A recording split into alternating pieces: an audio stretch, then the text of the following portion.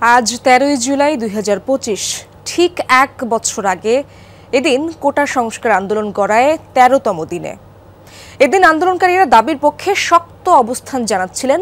সে সময়ই আওয়ামী লীগ সরকারের আগ্রাসী মনোভাব ফুটে উঠতে থাকে। সেদিন অজ্ঞাতনামা বহু আন্দোলনকারীকে আসামি দেখিয়ে শাহবাগ থানায় মামলা করে ডিএমপি। এজাহারে ১১ই জুলাই পুলিশ ব্যারিকেড ভাঙা, মারধর এবং এপিসি ও ওয়াটার ক্যাননে ভাঙচুর চালানোর অভিযোগ আনা হয়। অভিযোগ, তাতে ক্ষয়ক্ষতি হয়েছে প্রায় ৫ লাখ টাকা। এক ব্রিফিংয়ে সাবেক ডিবি প্রধান হারুনুর রশিদ জানান, কঠোর অবস্থানে যেতে পারে আইনশৃঙ্খলা বাহিনী। কোটার পক্ষে শক্ত অবস্থান নিয়ে ওবায়দুল কাদের বলেছিলেন, দেশের আর্থসামাজিক পরিস্থিতিতে এই ব্যবস্থা শতভাগ যৌক্তিক একটি পন্থা। আন্দোলনকারীদের বিরুদ্ধে পৃথক ব্রিফিং করে ছাত্রলীগও। বিকেলে বৈষম্য বিরোধী ছাত্র আন্দোলনের পক্ষ থেকেও আসে ব্রিফিং। জানানো হয়, আন্দোলন ভিন্ন খাতে ঘোরাতে এই মামলাটি। ১৪ই জুলাই রাষ্ট্রপতি বরাবর স্মারকলিপি দেওয়ার কর্মসূচিও ঘোষণা করে তারা।